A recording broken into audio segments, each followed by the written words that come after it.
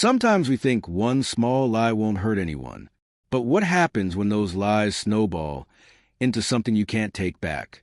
It leaves you questioning how far you'd go to keep someone you love from knowing the truth. I never imagined I'd be the person who would ruin their own happiness. I always saw myself as someone trustworthy, someone capable of holding on to love once I finally found it. But looking back, I realized I destroyed the best thing that ever happened to me. All because I couldn't stop lying. When I met Daniel, I was still trying to gather the broken pieces of my life. I had just come out of a toxic relationship, and I was fragile, insecure, terrified that if someone saw the real me, they'd run away. Daniel was everything I didn't believe I deserved. Patient, kind, the kind of man who listened like every word I said mattered. The first lie was small. I told him I had a steady job in marketing. Even though I'd been fired 3 months earlier, I was living paycheck to paycheck, scraping by with freelance gigs.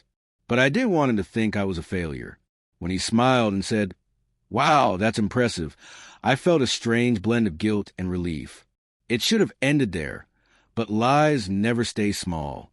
I told him my apartment was under renovation, when in reality, I couldn't pay my rent and was crashing on my friend Lily's couch. I said I was close with my family, even though I hadn't spoken to my mother in over a year after a painful falling out.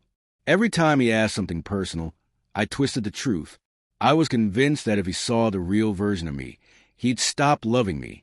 Then he said he loved me. And in that moment, my heart lifted, only to crash under the weight of everything I hadn't told him.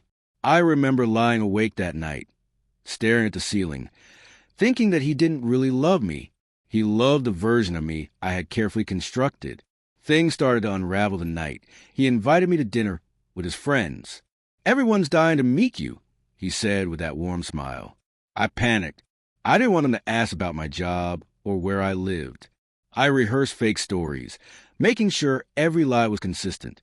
I showed up at that dinner trying to be this polished version of myself.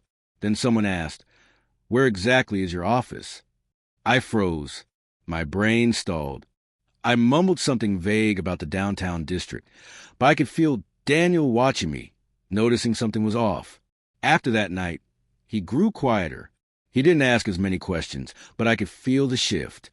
I kept telling myself I'd come clean, but every time I looked at him, fear held me back.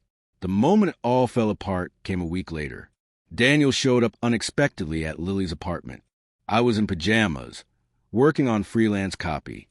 He stood there holding groceries, looking confused. "Why are you here?" he asked. "You said your place was under renovation, but this doesn't look temporary." I felt my stomach drop. I tried to smile, to explain away, but I could see the recognition in his eyes. He knew. I said, "Daniel, I can explain," but my voice cracked. And then I told him everything, the job, the apartment, my family, all of it. It poured out in a chaotic, desperate attempt to make him understand. When I finished, he just stared at me like I was a stranger. Then he said, "You didn't have to be perfect for me. I loved you, but I don't even know who you are anymore." I reached for him, but he stepped back. I'll never forget that look. Disappointment, heartbreak, betrayal. Then he said the thing that cut the deepest. "You never gave me the chance to love the real you." I wanted to scream that I was still me, just scared, but I couldn't. Every word I'd ever spoken to him was tainted by performance. He walked away. I thought maybe after a week or two he'd call, that he'd miss me, understand me. But the days turned into weeks, the weeks into months, and nothing came. I sent him a long message, apologizing, begging, explaining how much I regretted it all. He never responded. Months later, I saw him walking hand in hand with someone else. I wanted to run to him, to say I'd changed, but I stopped myself.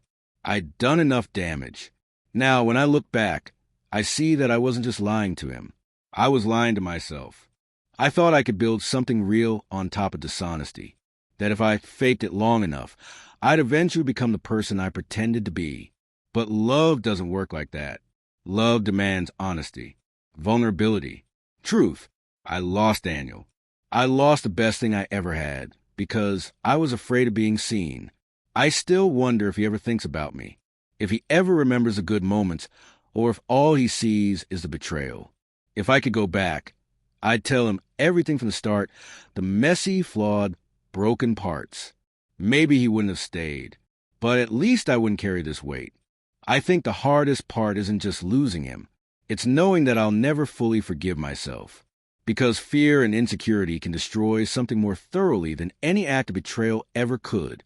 Lies might feel like a shield, but all they do is leave scars on the ones we love and on ourselves.